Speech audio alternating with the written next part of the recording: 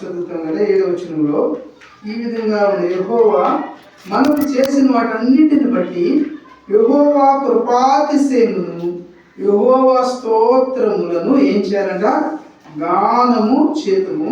తన వాత్సల్యమును బట్టి కృపా బాహుళ్యమును బట్టి ఇశ్రాయేలు యొక్క వంశస్థులకు ఆయన చూపిన మహాకనికరమును నేను ప్రకటన చేసేదనని దేవుని వాక్యం సెలవిస్తాను. ప్రభు సహాయం కొరకై చిన్న ప్రార్థన చేసుకుంటాం. పరిశుద్ధుడైన తండ్రి, ప్రేమ గల ప్రభువా, కృప కలిగిన దేవా, మీకు వేలాది వందనాలు స్తోత్రాలు. నేను మీ దయ వల్ల మీకు కృపను ఆయన ఇక జూలై మాసంలో 2వ ప్రభు దినంలో మేము సంఘంగా సమాజంగా కూడి మిమ్మల్ని ఆరాధించు కొరకే మహింపరచు కొరకే మమ్మల్ని అందరూ కూడా సజీవులు లెక్కమించిన మీ ప్రేమకై కృపకై కూడా మరొకసారి మీకు వందనాలు స్తోత్రాలు చెల్లించుకుంటున్నాను తండ్రి. ఈ దినం ఆరాధన కొరకై ఆయన యెషయా గ్రంథంలో ఉన్నటువంటి మాట 63వ అధ్యాయము 7వ వాక్యంలో ఉన్నటువంటి సంభవాన్ని ప్రభా మీరే వివరించండి, మీరే అర్థం చేసుకునేలాగా సహాయం చేయండి ప్రభా. మీ యొక్క పరిశుద్ధాత్మ పూర్ణంగా చేయగలబడి మీ దాసులు నేనైతే నిష్ప్రయోజకునే దాసులుగా మీరు ఒప్పుకుంటున్నాను.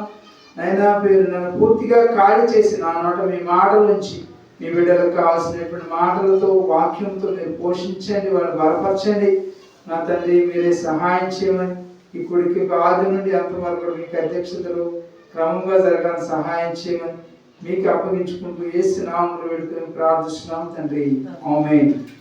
ఈ మాటలు ప్రభు యేసుక్రీస్తు మన గమనానికి మరి తీసుకొచ్చినటువంటి మాటలు మనం చూస్తే ఈ దినం మన ప్రభువును మనం ఆరాధించుకోవడానికి మన దేవుడు ఎవరని చూస్తే కృపాతిశయము కలిగినటువంటి వాడు. ప్రభు యేసుక్రీస్తు ఎవరంగా కృపాతిశయము కలిగినటువంటి దేవుని మనం ఆరాధించడానికి, ఆయన పూజించడానికి, ఆయన శ్లాఘించడానికి మనం ఆయన సన్నిధిలో సంఘముగా సమాజముగా ఈ సమయంలో చేరేటువంటి వాడు. అందుకని అంటున్నాడు యెహోవా మనకు చేసిన వాటన్నింటిని బట్టి కదా, అన్నింటిని బట్టి యెహోవా మనకు చేసినటువంటి నా జీవితంలో, మన జీవితంలో, మన వ్యక్తిగత జీవితంలో మనకు చేసిన వాటన్నింటిని బట్టి అంట, మనకు చేసిన వాటన్నింటిని బట్టి యెహోవా కృపాతిశయమును యెహోవా స్తోత్ర గానమును చేతుము అంటున్నాడు. కాబట్టి మనం ఎందుకు ఆయన సన్నిధిలో చేరాము అంటే ఆయన స్తోత్రించడానికి, ఆయన గానం చేయడానికి. ఇప్పటి వరకు కూడా మనం పాటల ద్వారా మన ప్రభువుని మనం గానం చేశాము. అయితే యెహోవా కృపాతిశయమును మనము ఆయన యొక్క చేసిన ఉపకారమును బట్టి ఆయన యొక్క కృపాతిశయమును యెహోవాకు స్తోత్ర గానం చేయడానికి ఆయన సన్నిధిలో చేరినటువంటి వారు అనేక వృద్ధులైనటువంటి ఇలాంటి స్తోత్ర గానం చేసేటువంటి సమయం లేదు, వారికి తీరిక లేదు. అయినా కూడా దేవుడు ఎందరికో లేనటువంటి గొప్ప ధన్యతను, భాగ్యాన్ని దేవుడు మనకు అనుగ్రహించాడు. అందుని బట్టి మన ప్రభువుని మనం ఆరాధిస్తాం. అవును ప్రభా, నాకు ఇచ్చావు ప్రభు ఈ గొప్ప ధన్యతను, ఈ గొప్ప అవకాశమును నాకు ఇచ్చావు ప్రభు అని మన ప్రభువుని హృదయమారా కూడా యెహోవా కృపాతిశయమును బట్టి మనం ఆయన ఏం చేయాలంగా ఆరాధించాలి. ఈ రోజు మనం వర్తమానం ఏంటంటే యెహోవా కృపాతిశయము కలిగిన వాడు, కృపాతిశయం కలిగినటువంటి దేవుడిని మనం ఆరాధించడానికి, పూజించడానికి, ఆయన మనం ప్రార్థించడానికి ఆయన సన్నిధిలో చేరినటువంటి వారు ఉన్నాం. కాబట్టి ఇక్కడ మనకు చూపిస్తున్నటువంటి మాటలు మనం చూస్తూ వచ్చినప్పుడు అక్కడ మరొక మాట కూడా మనం చూస్తాము. మరొక మాటలు మనకు చూస్తే అధ్యాయంలో ఇది 54వ అధ్యాయము 8వ వచనం, యెషయా గ్రంథం 54వ అధ్యాయము 8వ వచనం కూడా చదువుకున్నాం. 54:8 కూడా చదువుకున్నాం.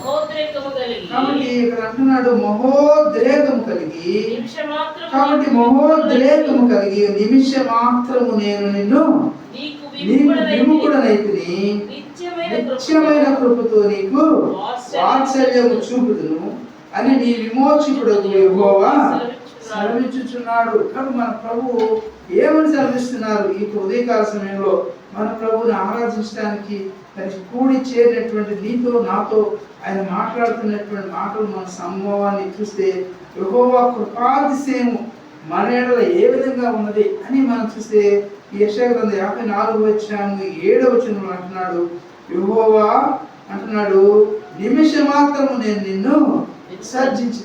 ఒక నిమిషమే కదా, ఒక రోజు 2 రోజులు కాదు. మనమైతే ఒక రోజు 2 రోజులు విడిచిపెడితే ఎంతగానో మరి బాధపడతాం. పిల్లలు కానీ బిడ్డలు కానీ ఇంకా అలాగే పెద్దవారు కూడా మరి ఏమైనా మరి వారు పనులు చేసుకునేటువంటి వారు ఉంటారు కదా, వృద్ధాప్యంలో ఎంతో కష్టపడతారు. అయితే మన ప్రభు నిన్ను నన్ను కూడా ఏం చేశారంట, ఒక్క నిమిషం మాత్రమేనండి. నిమిషం అంటే 60 సెకండ్లు మాత్రమే. నిమిషానికి 8 సెకండ్లు 60 సెకండ్లు ఉంటాయి.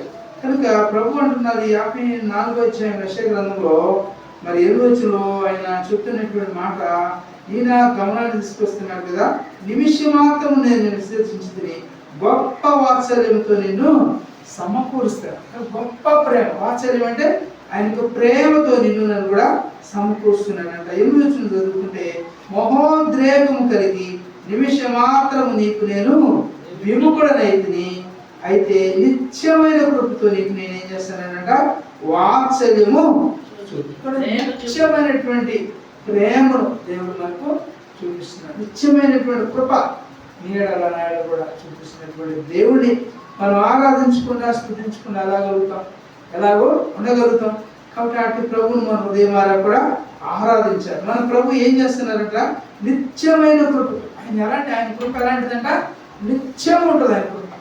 మనుషుల యొక్క కృప, దయ, వారి ప్రేమ ఎంతకాలం ఉంటుందో తెలుసా, కొన్ని రోజులు మాత్రమే ఉంటుంది ఈ రోజుల్లో మనం చూసినప్పుడు. కాబట్టి ఈనాడు మొన్న ఆయన అంటున్నాడు, అయ్యా ఈ పెద్దవాళ్ళని చూడాలంటే వాళ్ళ యొక్క ప్రేమ ఎంతసేపు ఉంటుందంటే పెన్షన్ తీసుకున్న 2 రోజులు ఉంటుందండి, తర్వాత ఉండదని చెప్తున్నాడు. కాబట్టి నీ నా యొక్క ప్రేమలు ఎలా ఉన్నాయని చూస్తే లోకరీతిగా మనం చూస్తున్నప్పుడు ఇలాంటిగా ఉన్నాయంట ప్రేమ.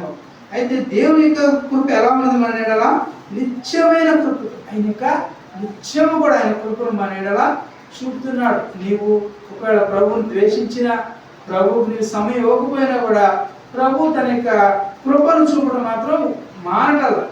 మనమైతే ఏం చేస్తాము, మనకి ఏదైనా సహాయం చేస్తేనే వారికి సహాయం చేస్తాం, కానీ లేకపోతే మనం వారి వైపు కూడా చూడం. అయితే మన ప్రభు ఎలాంటి వాడని మనం ఈ మధ్యాహ్న కాలం చూస్తూ ఉన్నామంటే నిత్యమైన కృప. ఆయన కృప ఎలాంటిదంట, నిత్యం కూడా ఆయన కృప మనతో ఉండబట్టే నిజముగా మనం నేటి వరకు కూడా ఈ భూమి మీద ఉన్నాం.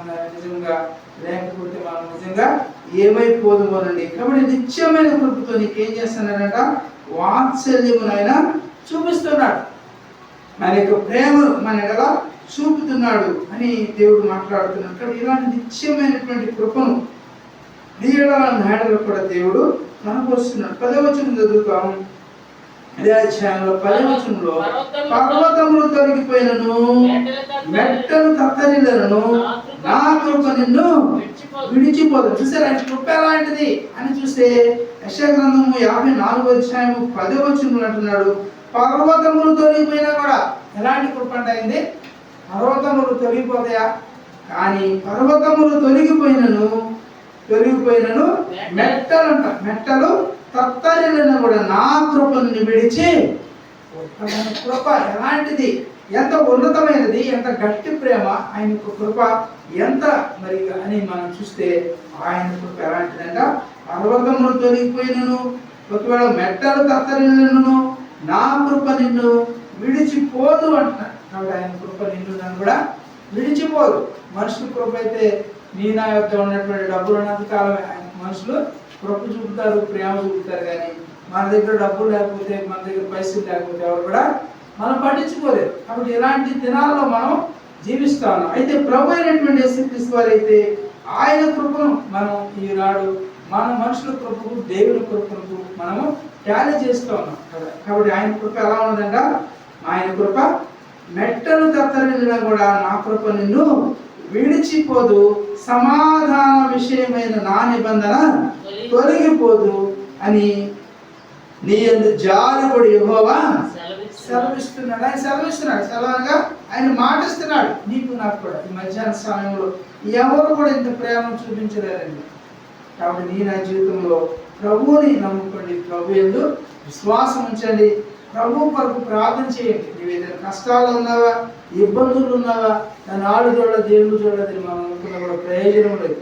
ఎందుకంటే ఎవరి సమస్యలు వాడుకుంటే ఎవరి బాధ్యతలు మారుకుంటాయి. కాబట్టి మన నిత్యమైనటువంటి విమోచకుడు, మనకు కృప చూపించగలిగినటువంటి వారు ప్రభు అయిన యేసుక్రీస్తు వారు. కాబట్టి ఆయన ప్రార్థన చేసుకోండి. మీరున్నటువంటి స్థితిలో, పరిస్థితుల్లో నీవైనా నేనైనా ఎవరైనా కూడా నేను చెప్పేది ఏంటంటే ప్రార్థన చేసుకునే దేవుడే ఈ సమస్యలను కూడా పరిష్కరిస్తాడు. నీకు కావాల్సిన నూతన బలమును, ఆరోగ్యమును, నీ యొక్క స్థితిగతులన్నీ కూడా చక్కగా ఆయన మార్చగలిగినటువంటి వాడు ప్రభు అయిన యేసుక్రీస్తు వారి. మనుషులైతే నీకు సంగతులు మార్చలేదు. ఒకవేళ ఏదైనా చేయాలన్నా కూడా వారు నీ నుంచి ఏదైనా ప్రతిఫలాన్ని మరి వారు ఆశిస్తారు. కాబట్టి మన ప్రభు అయితే నీ నుంచి, నా నుంచి ఎలాంటి ప్రతిఫలాన్ని కూడా కోరడు. ఆయన ప్రేమ కలిగినటువంటి దేవుడు, దయ కలిగినటువంటి దేవుడు, వాత్సల్యం కలిగినటువంటి దేవుడు. ఆయన మాట్లాడుతున్నటువంటి మాటలు ఏంటంటే, పర్వతములు తొలగిపోయినా కూడా మెట్టలు తత్తరిల్లను, నా కృప నిన్ను విడిచిపోదు. నా కృప నిన్ను విడిచిపోదు. ఎంత కృప కలిగిన దేవుడు కదా. కాబట్టి ఇలాంటి ప్రభుని మనం ఆరాధించకుండా, స్తుతించకుండా, ఎవరో మనుషులను ఆరాధిస్తూ ఎవరో మనుషులు వారిని మనం గణపరిస్తే మాత్రం కూడా మనకు ప్రయోజనం లేదు. కాబట్టి మనకు ప్రయోజనం కలగాలంటే, మనకు ఉపయోగపడాలంటే ప్రభువు నమ్ముకోండి. ప్రభు ఎల్లవేళలా కూడా నీతో ఉంటాడు. మనుషులు ఎల్లవేళలా నీతో నాతో ఉండలేదు. నీవు ఉండలేవు, నేను కూడా ఉండలేదు, ఒప్పుకుంటున్నాం. అయితే ప్రభు అయిన యేసుక్రీస్తు వారైతే నిత్యమైనటువంటి కృప అంటారు. కాబట్టి ఇలాంటి కృపను చూపించేవారు ఎవరైనా ఉన్నారు ఈ లోకంలో? ఎవరు కూడా లేదు. ఎందుకని యెహోవా కృపాతిశయము కలిగినటువంటి దేవుడు. మన దేవుడు ఎలాంటి దేవుడు అంట? కృపా అతిశయము కలిగినటువంటి దేవుడిని మనం ఉదయకాలం ఆరాధించి మన ప్రభువును మనం ఘనపరుస్తాం. నెహెమ్యా గ్రంథంలో చూస్తాం 13వ అధ్యాయం నుండి చూడండి. మీ పరిశుద్ధ గ్రంథంలో నెహెమ్యా గ్రంథం, నెహెమ్యా గ్రంథంలో చూస్తాం కదా. ఇక్కడ మనం చూద్దామండి. 13వ అధ్యాయం 22 వచ్చిన 13:22. 13వ అధ్యాయము 22 వచ్చిన.